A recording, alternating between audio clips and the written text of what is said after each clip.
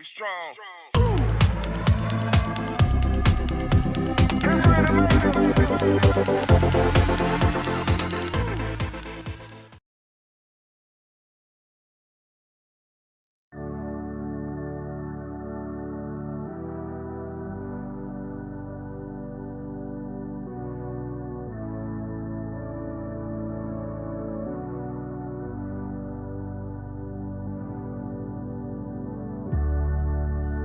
I'm losing the game. I'm losing the game. I'm losing the game. I'm losing the... Lord, I've been broken, although I'm not worthy. You helped me. I've top-decked the doomsday. It came and saved me. Lord, I've been broken, although I'm not worthy. You helped me. I've top-decked the doomsday. It came and saved me. I'm dead on the board, and no time for a swords. No time for a pause, gotta top the nuts, and one time for the score. I know it's not fun, tap the top of the deck and then I flop one. I'm a radical brute who's on a hot run. Can't drop a match now, I'd be forgotten. Now real talk, look at what I did. Played tight around for some willing daisies. Hit my land drops while all getting wasted. I'm destined to win, I'm the greatest. Like, wait right there, am I still on course? Just a kid who could show remorse. I've lost my way and I need your help. Bless me once and I'll help myself. Lord, I've been broken, although I'm not worthy. You helped me. I've top-decked the doomsday. It came and saved me. Lord, I've been broken, although I'm not worthy. You helped me. I've top-decked the doomsday. It came and saved me. Did a prayer this morning. I prayed I would draw doomsday.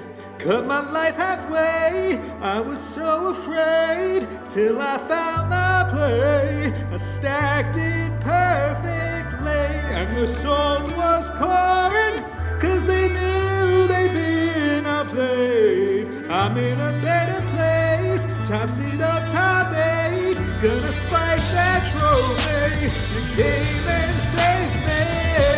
I'm dead on the board, and no time for a sword. No time for a pause, gotta top the nuts, and one time for the score. I know it's not fun, tap the top of the deck and then I flop one. I'm a radical brute who's on a hot run. Can't drop a match now, I'd be forgotten. Now real talk, look at what I did. Played tight around for some willing daisies. Hit my land drop while all getting wasted. I'm destined to win, I'm the greatest. Like, win right there, am I still on course? Just a kid who can show remorse. I've lost my way and I need your help. Bless me once and I'll help myself. Lord, I've been broken, although I'm not worthy. You helped me. I've top-decked the doomsday. You came and saved me. Lord, I've been broken, although I'm not worthy. You helped me. I've top-decked the doomsday. It came and saved me. Hello and welcome to Eternal Durdles. I'm your host, Zach Clark, and with me as always, Phil Bleckman. Phil, how's it going, man? Yo, what's up, dude? I am ready to chat about some nerd cards after completing the SCG this past weekend. Yes. Let's talk about some Neon Dynasty, man. Yeah, let's talk about Neon Dynasty. Our next episode, we'll go over how we did at SCG and what our impressions were for that. This episode is going to be a short and sweet review of the cards we've seen in Neon Dynasty and where we think they're going to go. So let's start it off with Lion Sash. Yeah, you want to read the cards? Yeah, let me find Lion Sash. There it is. Lion Sash is a 2-mana artifact creature equipment cat 1/1 that reads pay 1 white, exile target card from a graveyard. If it was a permanent, put a +1/+1 counter on Lion Slash, and equipped creature gets a +1 counter for each +1/+1 counter on Lion Slash. Sash and you can reconfigure or equip it for 2 mana. So this is Scavenging Ooze, like with a little bit of an upside, right? Yeah, so far I feel like everybody has kind of already discussed this card and figured out, like, yes, it is just the white Scavenging Ooze. You can tutor it for it with Stoneforge Mystic, Recruiter of the Guard. It's going to show up in all of those kinds of decks. If it shows up in the fair list, it'll be a Stoneforge Mystic target. It's probably going to be in D&T as a one of for the foreseeable future. Mm-hmm. It's just a good card. We know that Scavenging Ooze is proven. This is slower than a lot of Graveyard Hate. Like, this isn't going to win you games against Reanimator. No. But it might catch the Uro, or it might catch like the Life from the Loam in the graveyard. Might stop a Gurmag Angler from entering the battlefield. It's very white intensive, and the note that when you equip it, if you haven't actually activated the ability yet, the creature won't actually get anything because it doesn't have any +1/+1 counters on it yet. So Indeed. The equip is 2, but it's 2 mana to put into play, white to activate for each card, but it can get rid of anything. So generically good card, slam dunk. I don't think there's anything more to say, really. Yeah, it's a fine role player. Yeah, so let's talk about Guro, Disciple of Ryusai. That is a 2 mana 2/2 goblin legendary creature. For 1 red, you can give all creatures you control haste. And for 3 and 2 red, you can create a 5/5 dragon spirit creature token of flying. And you can activate this only if you control a modified attacking creature. Modified creatures are equipment, auras, or counters on those creatures. Yeah, so I don't think this card is going to show up anywhere. I mean, if it does, it's going to be on the back of that activated ability. So, the haste is what makes this card interesting. If anything, maybe like goblins or something might want something like this. I don't know. Goblins is a deck now again, which is pretty wild. Not enough modified creatures. Like the give everything haste. I mean, there's more efficient things to do that if that's what you wanted to do. Yeah. Rather than put it on a creature that is not, it's not like it's changing anything in the stats department. If this does show up, I think it would show up in something closer to like an affinity style list, even though like as a way to just convert 5/5s because all your creatures are modified. But even then, I don't think it's there. I think this is like, it's cute. It's not going to get there because it's asking for too many qualifications. Yes. Okay, so let's move on to Mindlink Mech. This is a 2 and a blue artifact vehicle that is a 4/3, crew 1, flying. And it says, whenever Mindlink Mech becomes crewed for the first time each turn, until the end turn, Mindlink Mech becomes a copy of target non-legendary creature that crewed it this turn, except it's a 4/3, and it's a vehicle artifact in addition to its other types, and it has flying. I don't know if this has any like real like amazing abilities, but I saw 4/3 for 3 with crew 1, and that ability seems kind of interesting. It is bolt bait. Again, it's one of those things where it asks a lot of you. You play this, then you also have to have the creature in play to crew it, and then that's also wants to be a creature with an ability that you want it to copy. That's probably not a tap ability, right? As opposed to, because like a 3 mana 3/4 just ain't it, right? Yeah. Like, it's so good I stats, mean, if it like has an attack trigger or something, maybe if you crew it with Oro, but like, why would you do that? I don't know. This card just looked interesting to me, and it might be a weird like card you could throw somewhere. It might be a decent sideboard card for something like Merfolk or something like that. Like copying a Merfolk Lord with this doesn't seem like the worst, because then you just literally have another Merfolk Lord. But that's interesting. I didn't think about that. This is then it's like a 5/4 because it's also a Merfolk, and it gets bonuses for all your other Merfolk, and it's flying. So there are some applications for this card, but I don't know exactly what they are. It just looks interesting. It's a really interesting effect, and the crew 1 just has me titillated. Yeah, if somebody can break it by turning, like, here's the thing, right? Like, a lot of whatever creature it copies, if a creature cares about being bigger or having flying, like, those are aspects that I'm sure there is some kind of cool synergy that could happen with this thing, based on just copying something that is small, that giving it a buff means that it creates some kind of unique effect. Yeah. But it being blue in Legacy at 3 mana as a 4/3 that also needs something else, and then that something else you want it to be good. That way, this is good. It seems like it's asking for too too many hurdles when you can at 3 mana just play a War of the Spark Planeswalker. Yes, or if you're playing Merfolk, you could just play Trinity Nemesis instead, right? Could play Trinity, yeah. Okay, let's switch over to Ogrehead Helm. That's a 2-mana 2/2 artifact creature equipment ogre. Equipped creature gets +2/+2 whenever Ogrehead Helm or equipped creature deals combat damage to a player. You may sacrifice it. If you do, discard your hand, then draw 3 cards. Reconfigure is 3. So this card is reminiscent of Anya's Ravager, the trigger at least, where you discard your hand and draw 3, or Oxybagonus. Like we've seen this in red before. Mhm. Of note, if anybody is going to try this card out, the wording on this actually I saw on Twitter caught Ristic Studies Sam, guy who makes the cool videos. So the wording on this tripped him up. He said in a match where he read it as whenever Ogrehead Helm or equipped creature deals combat damage to a player, you may sacrifice it, it being the Ogrehead Helm. But if Ogrehead Helm is reconfigured onto a creature, the it is referring to the creature. Yeah. You'd sacrifice the creature. He thought both ways you sacrifice the Ogrehead Helm. No. So this is why I like what I like about this card is like in say right now 8 cast is playing primarily blue. But this is a card that if you can equip it to like a small creature horde and get in a shot with this, with your Thought Monitor or something like that, sacrifice your Thought Monitor. You've already drawn 2 cards with Thought Monitor, right? You're like an affinity deck, so you're throwing stuff out of your hand super fast. Sacrifice that 2/2 flyer, whatever. Draw 3 more cards. Probably draw into another Thought Monitor. The deck, like you're already playing Mox Opal, you're probably playing Glimmer Post, so you have a lot of multiple, like you can get the colors to make this work. It's getting the 5 mana to like put this into play / configure it onto a creature. That's the tough part for me.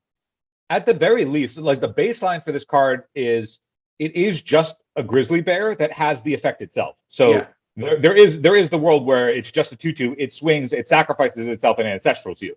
So that is as itself is not a bad baseline. And we've seen, I get that Anya's Ravager is played in a degenerate deck that's trying to get it off of madness.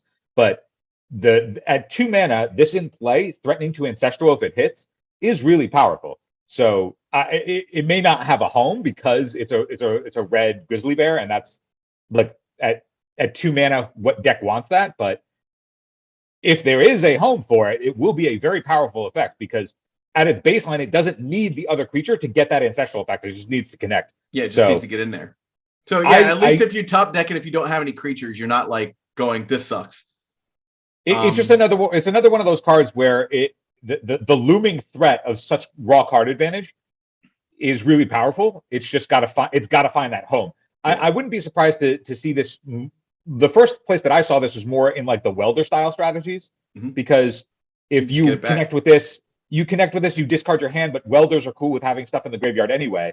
And not to mention just getting it back and using it again. Yeah, that seems getting it back to use itself. Yeah, and just reloading and stuff like that. So that's where my head went first with this. But other than that, I haven't been able to think of where it's at. But it is a powerful effect, and if it shows up, I wouldn't be surprised. I mean, I am just going to Sword Splashers it, but yeah, maybe Prismatic ending it. Okay, so next is Reality Heist. This is a 5 colorless 2 blue instant that reads, this spell costs 1 less for each artifact you control, aka affinity for artifacts. Look at the top 7 cards of your library. You may roll 2 artifact cards from among them, put them into your hand, put the rest on the bottom of your library in random order. Dig through time for artifacts, right? Dig through time for artifacts, yeah. I don't know where this lives. I mean, it's a really powerful effect, but it's asking a lot. Because I mean, if anywhere, I think like the 8 cast deck might want one of these.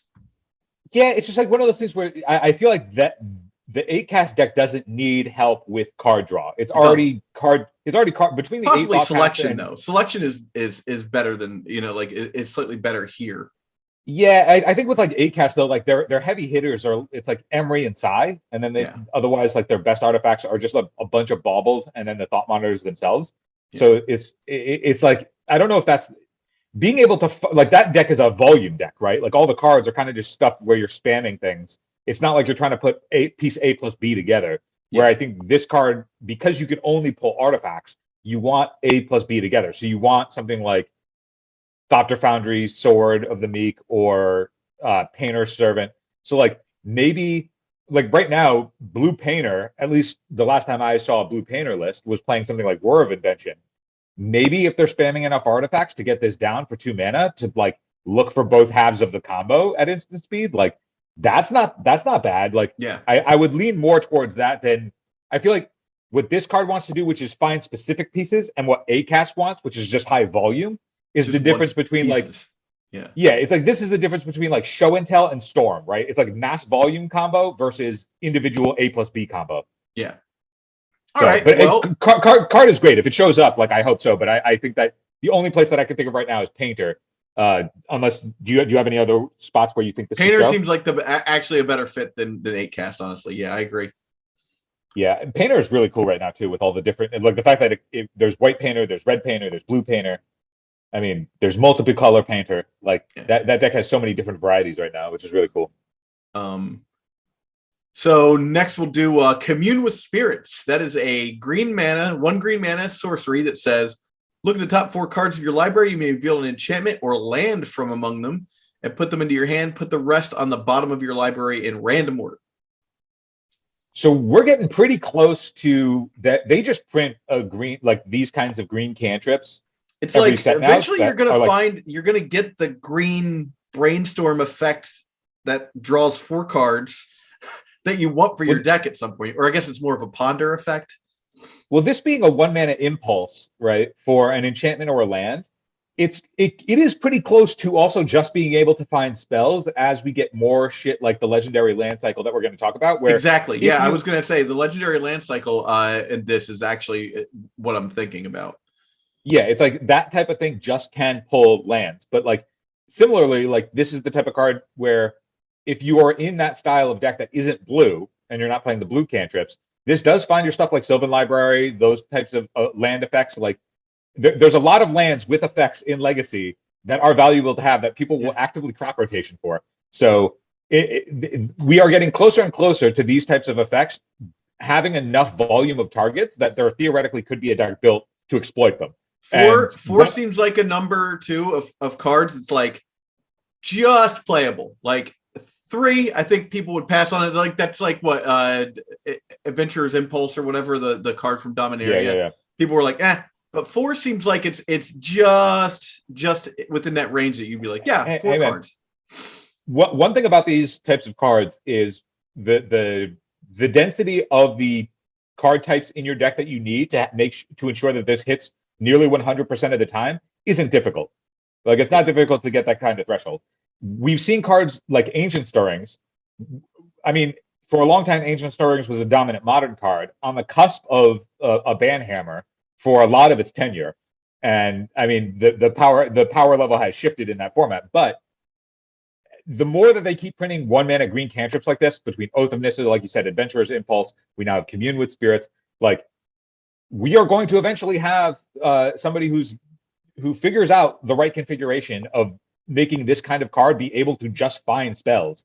And 1 mana impulses are quite good. So I wouldn't sleep on this card because once there's a high enough density of this plus stuff like the legendary land cycle. Yeah, they keep printing enough of the legendary lands. You're totally happy to just find a land. You're totally happy to find these kinds of effects if you're not playing blue. So yeah. All right. So we've got Hisugu consumes all. Hitotsugu consumes all. So that is a 3 mana enchantment saga. First counter for story counter is destroy each non-land permanent with mana value 1 or less. Second one is exile all graveyards, and then 3 is flip it. The flip is a 3/3 trampler. It says whenever Vessel of the All-Consuming deals damage, put a +1/+1 counter on it. Whenever Vessel of the All-Consuming deals damage to a player, if it has dealt 10 or more damage to the player this turn, they lose the game. So the backside, in my mind, is gravy. It's not the reason to play the card. Yeah. It's a 3/3 trampler. That's if you were to play this on turn 3, you have a 3/3 trampler with the vampire ability on turn 7. We're not interested in the 3/3. Yeah. No, What we no, are thank you. interested, though, is 3-mana ETB, Wrath all non-land permanents with mana value 1 or less. That is a very powerful effect. Destroys elves It destroys elves. by elves. Right? Right. The combination of abilities also is quite good against Delver. Their threats Yep. right now are Delver DRC. This will clean that up, and then the Death Shadow. the second lore counter, exiling all graveyards, targets all of that kind of thing. Yep. This card feels like a pretty solid scalpel, and destroying each non-land permanent with mana value 1 or less. That is what everybody has been playing Meltdown for against the artifact decks as well. Indeed. So there are going to be a lot of games where the first ability does nothing, and it like if you're going up against like 4-color control, you're not going to catch anything with the first ability. You're going to exile the graveyards, which may or may not be relevant, and then you're going to have a 3/3 late in the game. So this card is swingy and may not see play because of that. But I could definitely see this at least as a sideboard card for those decks that are looking to condense their slots for something against Delver, against 8-cast, against elves, like you were talking about. The first ability does hit a lot of decks. I just don't know if it's enough decks to be main deckable in a world where Rakdos is a really hard color combination to be playing in Legacy. Yeah. But the card is there. Like this is a powerful card. If it shows up, it reminds me a lot of Kaya Orzhov Usurper. That card showed up. It was fringy. Is still good. You will see it in like some Esper decks that pop up every now and again. That card is still quite strong. It's a solid role player. It does good work against the decks where that ability is. Its minus ability to exile a non-land permanent with CMC 1 or less is good. I imagine this will have a similar home. It's very pernicious deed in its effect. Don't sleep on it. It's really solid if you're interested in something like Grixis Control as a way to just have an early Wrath on the table to continue your development. All right. Next one is Eater of Virtue. Whenever so it's a 1-mana legendary artifact equipment. It's not an artifact equipment, a creature, so it's just a regular equipment. It's equipped as 1. It says whenever equipped creature dies, exile it. Equipped creature gets +2/+0. As long as the exile card with Eater of the Virtue has flying, equipped creature has flying. The same is true for First Strike, Double Strike, Death Touch, Haste, Hexproof, Indestructible, Lifelink, Menace, Protection, Reach, Trample, and Vigilance. Yeah, I mean, if you're getting in on this card, I think you just have to be in on trying to attack, and 1-mana or 1-mana artifact plus 1-mana equip for +2/+0 is relevant. Yeah, and then the big chunk of text in the middle is just sauce. Yeah, it's just crazy. I don't know that like 2 mana for +2/+0 at the end of the day is really worth it. But having that extra stuff on there, there's got to be somewhere that like somebody's like, well, this is good enough. I'll throw this onto a flying creature, or there's not a lot of double strikers in this format, obviously. Yeah. So this is a card that we were talking about with Nate in our group chat with Yoshimaru, I think is what it's called, the dog from the Commander set. Yes. Yoshimaru is a white mana 1/1 dog that whenever a legendary permanent enters the battlefield on your side of the table, it gets a +1/+1 counter.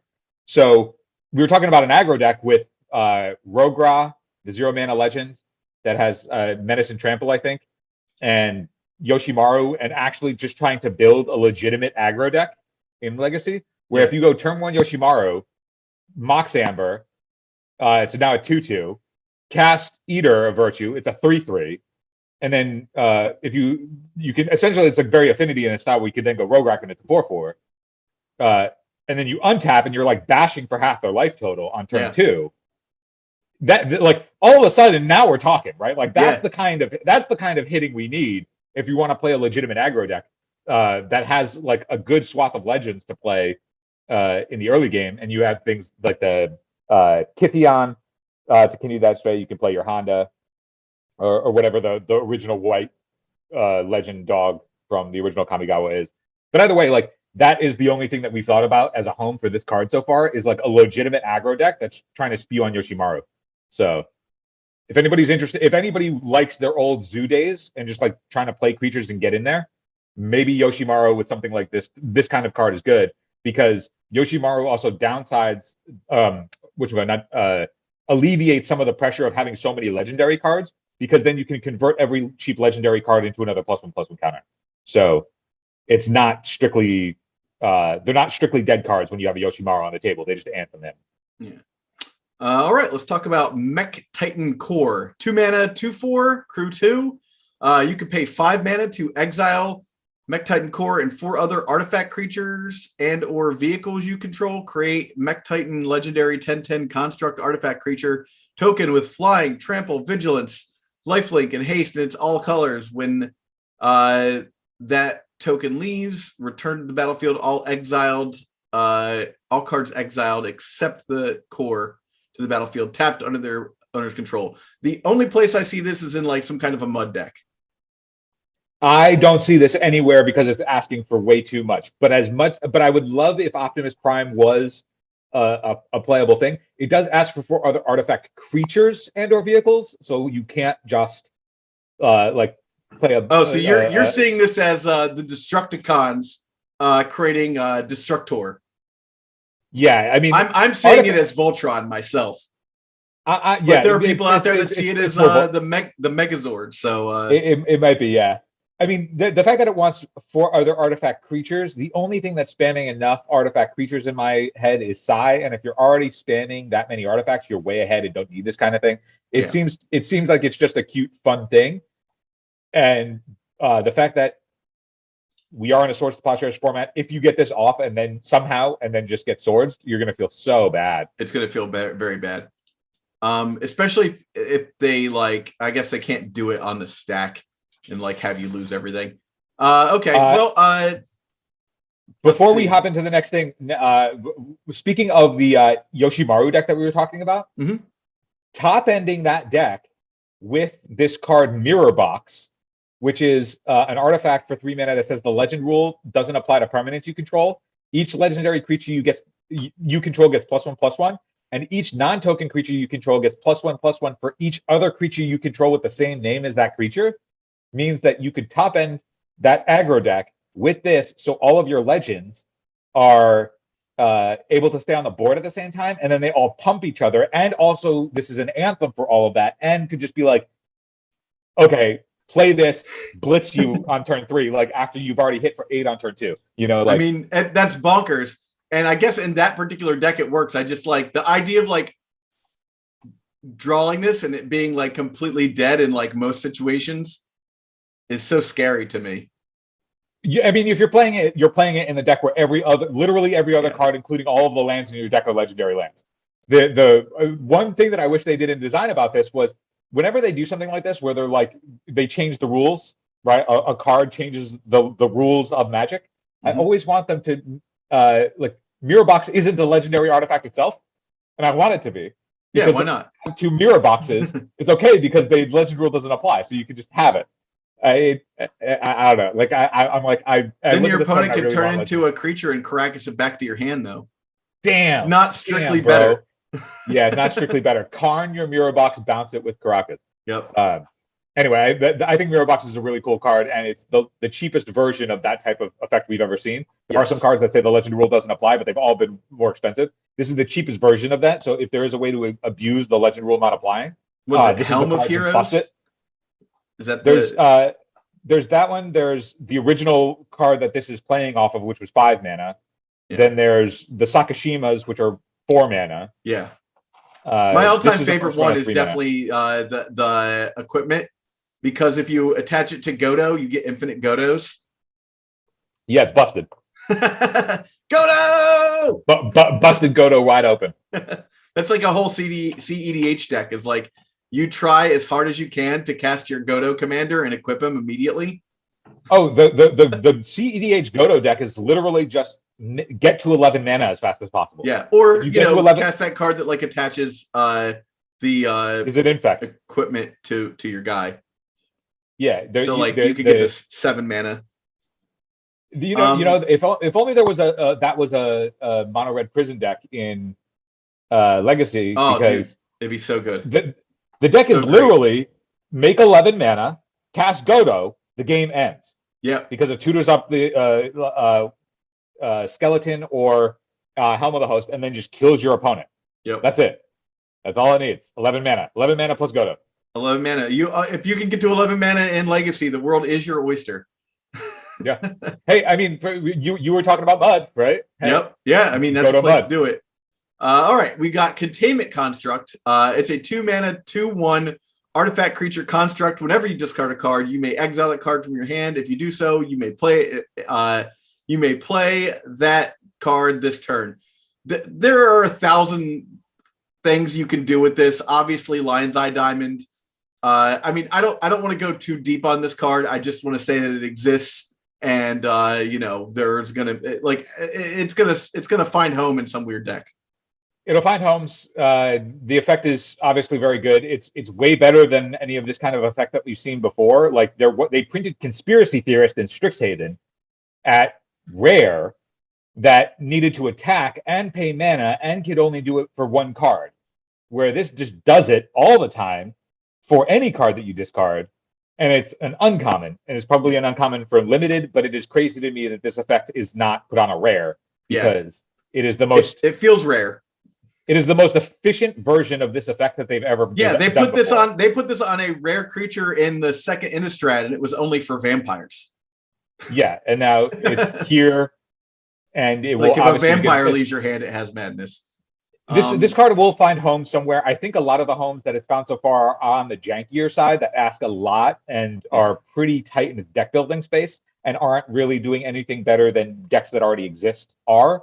But I feel like somebody will create a dedicated like this and a thing deck that will just do the thing.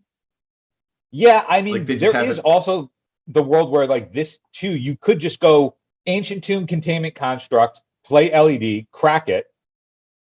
If you have an Echo in the yard, now you can cast everything. Plug off that. You can exile everything but the Echo, have a full grip, plus all the cards you exiled, and your opponent hasn't had a turn yet.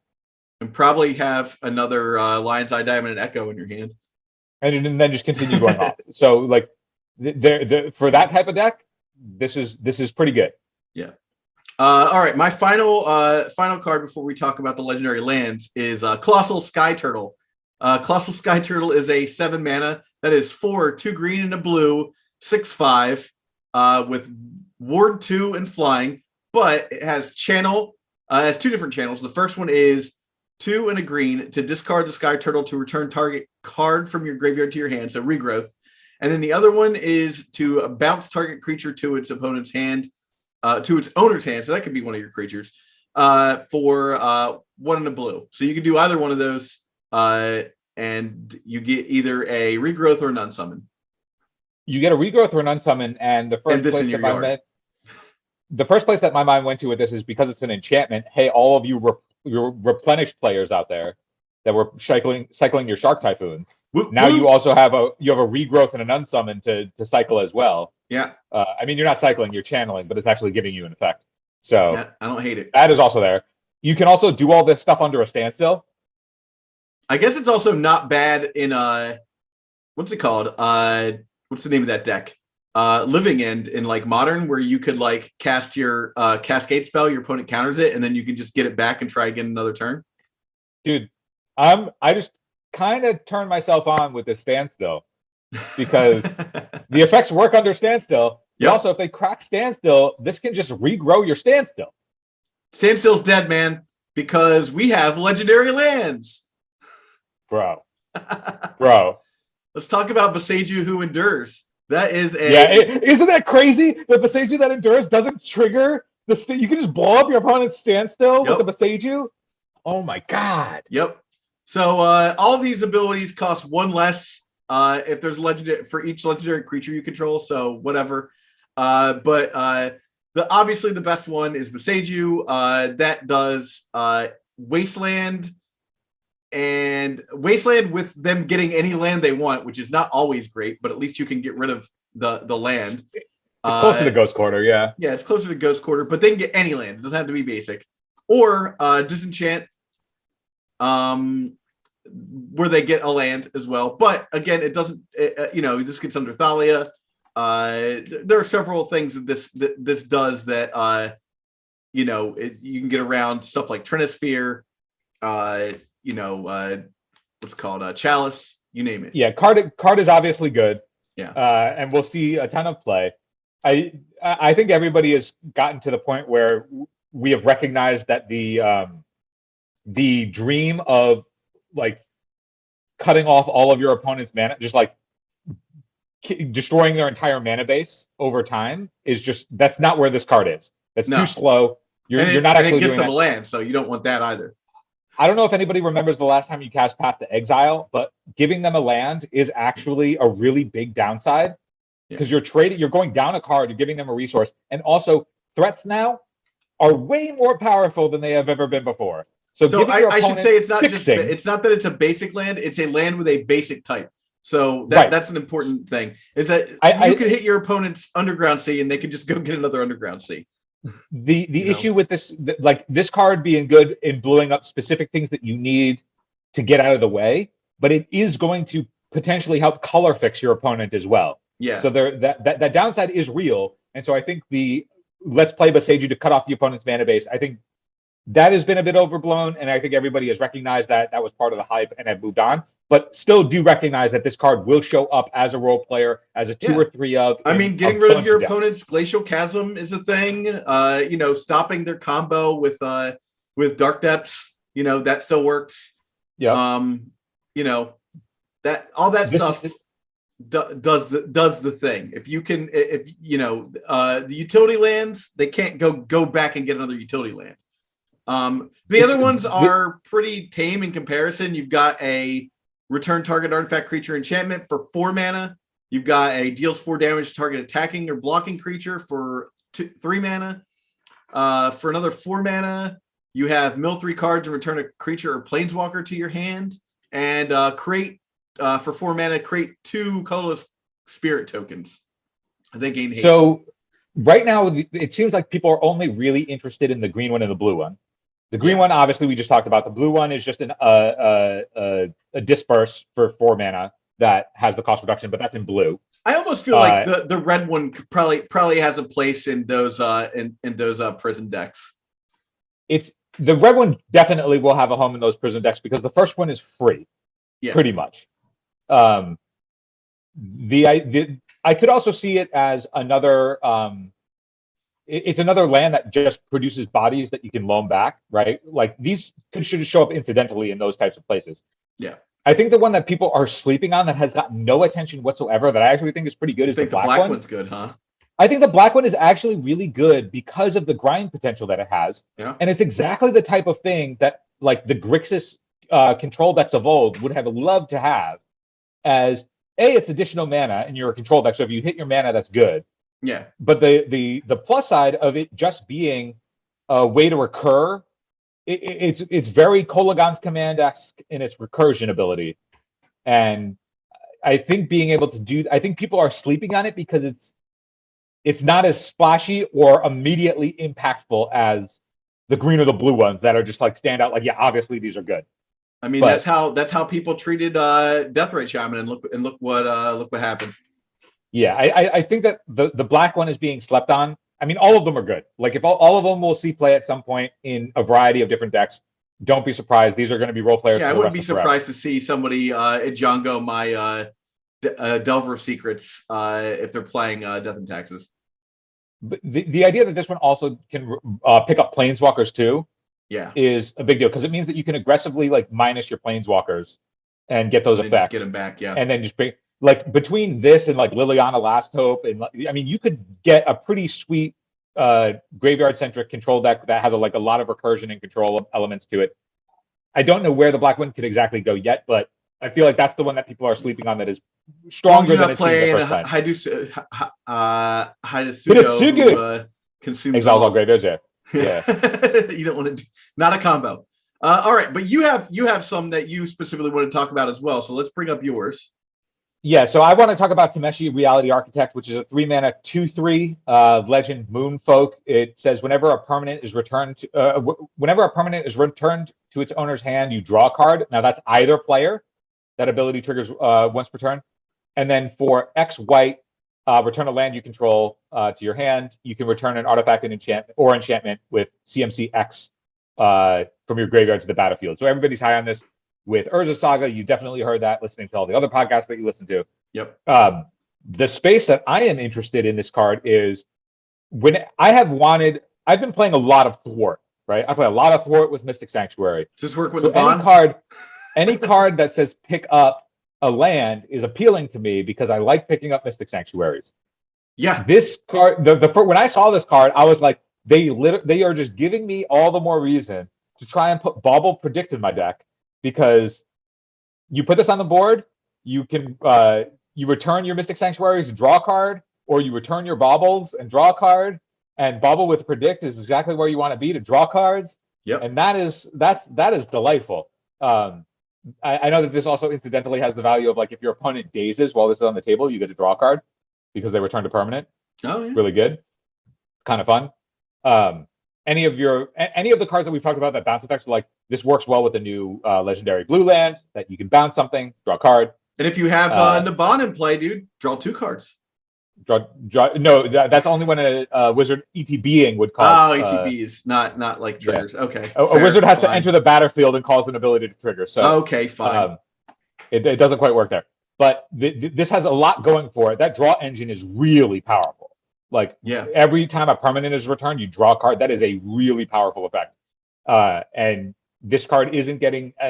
People are obviously recognizing that this is good with Urza Saga, but the implications that this card has for other decks, between that being both a draw engine and a value engine underneath to recur your stuff, there is a lot of value to be had on this card.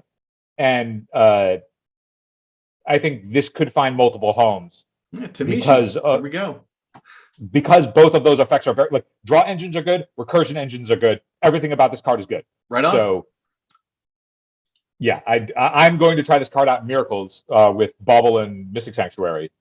Because why, white, return your Bauble, return a Mystic Sanctuary, draw a card. Okay, so for white, I drew 2 cards. That seems very good. Yeah. Plus, you can put lands back in your hand to, like, brainstorm back later after you've already developed. Like, that's excellent. In addition to Urza Saga, it can also return the artifact lands if you want to. If you're doing any kinds of recursion shenanigans like that, it's just really good. Everything about this card is good. Yeah. This is the card I'm probably most excited about out of the set. So. And I missed it completely. So, all right, on to the next one. Oh, you want to talk about the Invoke cycle? I mean, we could talk. Let's talk about the Invoke cycle. I just want to, I don't want to talk about how good or bad, like, these cards are. I just think it's wild that they're like, hey, remember Invoke Prejudice? We made a bunch of cards that have kind of the same cost, and we called them Invoke, but we don't want you to, like, have, like, justifiably, we don't want to have anything to do with Harold McNeil and the Invoke Prejudice card itself. So, like, why? Like, why would you bring this back into, like, the reality of Magic Gathering? Like, what are you doing? I love that, like, design-wise, like, if they weren't called Invoke specifically and they invoked Invoke Prejudice, I think design-wise, they're really great. They reward you for being in that, like, being hard into a color. They're relatively powerful for their mana cost. I like them. I just think it's wildly insane that they were like, hey, let's design a whole branch of cards, a whole cycle off of, Invoke Prejudice, that card that we don't even want to talk about, that we have erased from our website. You're like, what? Yeah, so for anybody who doesn't remember, Invoke Prejudice is a card that just look it up. Just go to your web browser, look up Invoke Prejudice. It's an enchantment with 4 blue that has that depicts KKK members on it, but it's called Invoke Prejudice, and they erased it from, like, their database is gone. Like, it's when they removed all the format, you're not allowed to play. When they removed all the cards that had, like, racist undertones to them.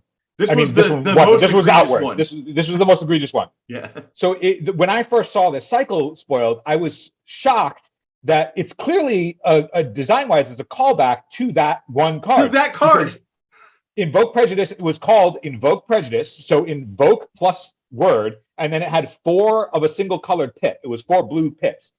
These are a cycle of Invoke X, and then it has all 4 colored pips in it. So I'm like, this is clearly a reference to that. Now, I don't know if that's because they want to like have other things show up if you were to look up invoke something in Magic that like it pushes that down in the search. mean, Phil, this is my crazy conspiracy theory. You know how they froze Walt Disney's head? Yeah. Yeah. I mean, that may or may not have actually happened, but like that's big pop culture thing is like Walt Disney, before he died, they like chopped his head off and froze his head. So now it's just sitting in Disneyland somewhere or something like that. Headmaster Urza from the Unset was a nod to Walt Disney. Yeah. So the movie Frozen was made so that anytime you Googled Walt Disney Frozen, the movie would come up instead of like his head, like a whole story about his Walt Disney's frozen head somewhere in Disneyland, right? A totally infallible line of logic. Yeah. So that's what's happening here. The one thing I'm actually surprised. This is the kind of content you get with Eternal Durdles, folks. Don't forget to hit that like button and join us on Patreon if you want these kind of hot takes, the real conspiracy theory like level stuff. This invoke cycle. I mean, the cards are powerful. I mean, the green one did get some discussion as like, is this playable in Legacy because it creates 2 4/5s with reach for 5 mana, which is a really solid rate. Upgraded Stang. The thing that is surprising to me, I have heard and seen nobody bring up that this seems like a clear callback to that one card that was that they had to erase because it was just like objectively a card that depicted KKK members. It's just weird to me that like no one else has. I feel like I was crazy when I was like, "Am I the only one seeing this?" And then I shared it with you guys, and they're like, "No, there definitely is a connection here." Yeah. And I would really love to know. Like, there's no way in design that they didn't recognize that relation. There's no way they missed it. Yeah. That had to be intentional. And if it's to bury that card, cool, bury it, right? But I would love to hear from WotC. We chose to do this cycle because now they're never going to reference that card ever again, right? They're never going to reference Invoke Prejudice again. So of course they would say Blogatog.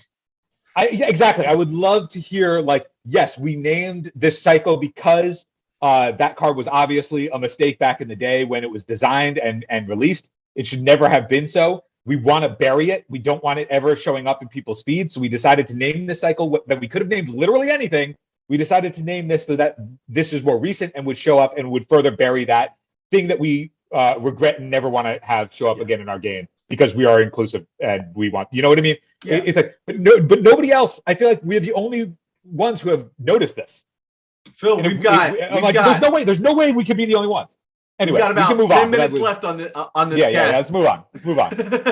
All right, so the next card we want to talk about quick is the Reality Chip. It's a 2-mana 0/4, and the one thing that we want to talk about this card, other than being a cheap future site that requires a lot of things and isn't actually going to see play because you need to configure it for 3 mana onto another creature in order to get the future sight ability, which means that it's asking for way too many hoops to jump through, is so you can predict box that says legendary artifact creature equipment jellyfish.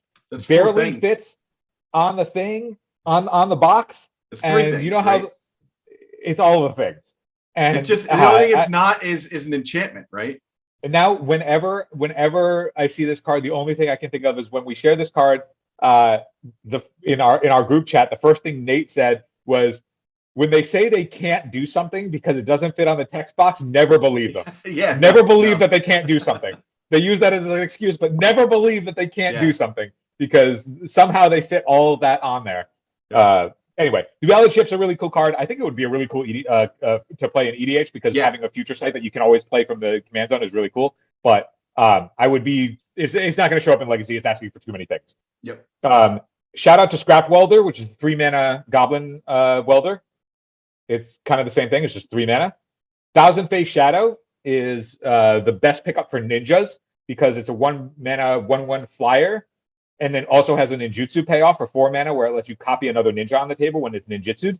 So it's both an enabler for ninjas and a payoff for ninjas, which gives ninjas a way to fill in the gaps of like the current chafe that deck runs.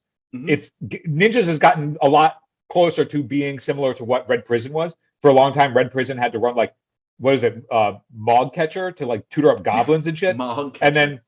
then they just produced really good red cards and obsoleted the bad cards. So it was like, okay, if you're playing this deck with the actual structure of like Trinisphere and Chalice and bad cards, they've just printed good cards to replace the bad cards. So you've pre-conned yourself into a good deck. You could end the game. They're doing that here with ninjas. So that's a good pickup. Light Paws, 2 mana, 1 and a white 2/2. Whenever you cast an Aura spell, I think, or you get to tutor up another one.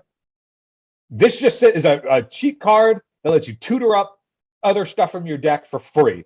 Yeah, I mean, it's always ethereal armor, right? So don't sleep on Imperial armor, ethereal armor. It's the thing that gives you +1/+1 for each aura, right? Every time. Is the card. If ever there was a Boggles card to make work in Legacy, this is the one. It. Yep. Quick talk about Tezzeret, Betrayer of Flesh. The static ability on it says the first artifact ability you activate each turn is reduced by 2. The way this is worded, it sees the whole turn, even if Tezzeret has not hit the table yet.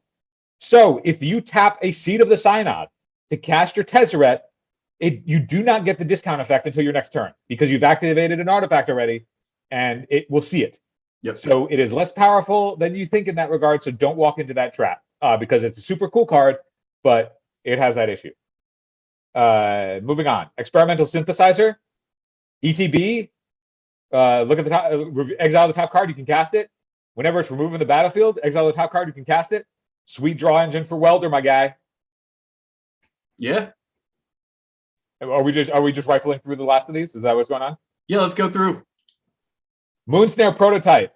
Cool. Value Springleaf Drum that also has the ability to be a removal spell. If it shows up, don't be surprised. Sweet role player.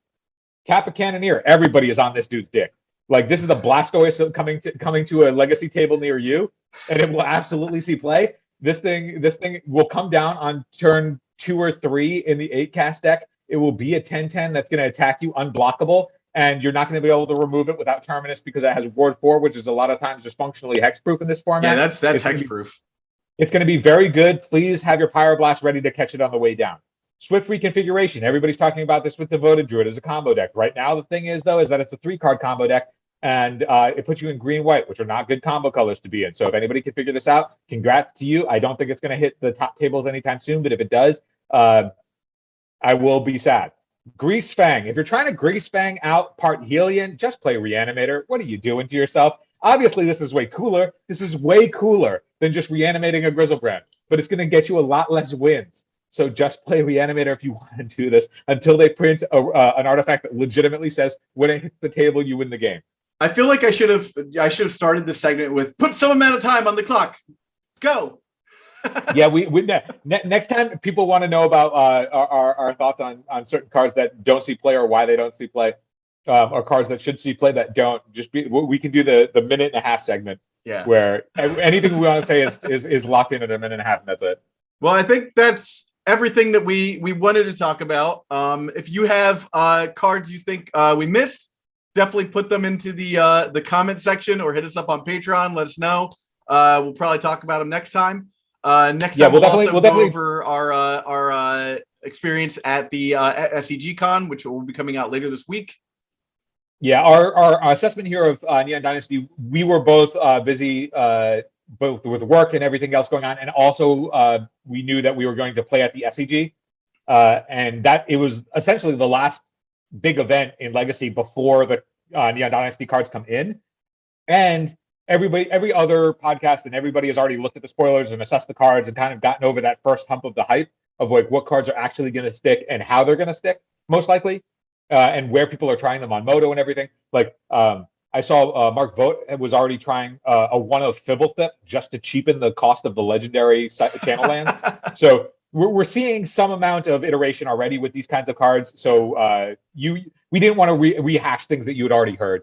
But if there's any cards that we did miss that you want us to talk about, let us know. We'll cover it when we talk about our SEG experience, which was great, by the way. Yeah. Awesome time. We're excited to talk about that. We'll get that on the next episode. But hit us up either on Twitter or in the comments here, and we'll definitely chat about everything that you want. Yep. All right. I wanted to thank we have a brand new patron. I believe his name is Doug. Oh, Dukes? Yeah, so Dukes on Twitch. So Dukes is a well-known streamer from Australia. He plays a lot of Maverick. He is the founder of GreenSunZenith.com. Nice. And he had commented. I tuned into a stream. I was like, "Yo, what up, Dukes?" And he was like, "Phil, dude, I love your rap parodies. I listen to Junders on loop. That shit is hot." And I was like, "Buddy, do I have a surprise for you?" I wrote him essentially his theme song, Green Sun Zenith, nice, off of a beat that I asked him, what was your favorite beat? He gave me 2 beats that he was like, yeah, I like these a lot. He gave me Nikes on My Feet by Mac Miller. So I found that beat. I wrote him a theme song that's currently up on the SoundCloud. You also are going to hear it at the end of this. Once we wrap up this episode, it's going to come on. So don't turn off your podcast ears immediately if you want to hear that. But yeah, we've been spamming a bunch of new parodies on my SoundCloud. You heard one of the new ones at the beginning of this episode. You're going to hear Dukes' theme song at the end of this episode. You guys, everybody who's been helping us out with the Patreon, that really helps because it means that I can legitimately dedicate time to making those types of song parodies if you find those things entertaining for the podcast, because it means that I can prioritize that over stuff that I could do that is also bringing in some revenue to spend that time doing outside of the day job. So yeah, right now, all that money is going to Phil to make more parodies. It is legitimately helpful in that it means that I get to prioritize it over the other things that don't bring in that kind of revenue to keep this kind of stuff for the podcast going, to make that time worthwhile. That is actually legitimately helpful in that, like, yeah, if you can prioritize something that's bringing in revenue to help the podcast keep going, you're going to do that over the thing that's not bringing in any revenue. So that is actually really helpful. But yeah, we've been spinning a bunch of new parodies. There was the Doomsday one, Garfussy, which seems the Garfussy thing has way more traction than I thought it would. It's crazy that of all the parodies that I put up, that one was so much of a meme, and it got so much more traction than any of the other stuff. Anyway, that's how it works, man. We're on to the next one, but thanks everybody for supporting us. We appreciate it, and we'll catch you next time. Have a good one. Hey yo, what up? It's Fortune Phillip on the track. I'm here with Dukes on Twitch, and we about to break it down. What it do? Green Sun Zenith, finding Dukes on Twitch's creatures. Green Sun Zenith. Green Sun Zenith, making Dukes on Twitch a genius. Green Sun Zenith. Green Sun Zenith. Green Sun Zenith. Green Sun Zenith. Green Sun Zenith, making Dukes on Twitch a genius. Green Sun Zenith. Yo, Dukes all over Twitch, playing Maverick like a maestro. Give the man a dryad arbor, Green Sun's out at night. The reliquary, you're requesting beast for the beats. While you seethe in your seat, staring at his gaddock teeth. You can't breathe cause you're getting choked, blast you in the zone. Call him Shang Tsung cause he's got a cabin full of souls. Wasting all your lands, excavate them, guarded Thraven's graves, arranging mammy nap until he wakes you for a bane slaying. He's liberating outlands like a night of autumn. Trading swords for plows, endurance flips you to the bottom. Going wade on under with the Dukes, welcome to Australia. He collected wins like a new paraphernalia. The birds of paradise flying over the savannas, where Dukes is walking proud, balling out in regalia. He's the noble hierarch held in Gaia's cradle, gazing up upon the skies where he sees his savior. Green Sun Zenith, finding Dukes on Twitch's creatures. Green Sun Zenith. Green Sun Zenith, making Dukes on Twitch a genius. Green Sun Zenith. Green Sun Zenith. Green Sun Zenith. Green Sun Zenith. Green Sun Zenith, making Dukes on Twitch a genius. Green Sun Zenith.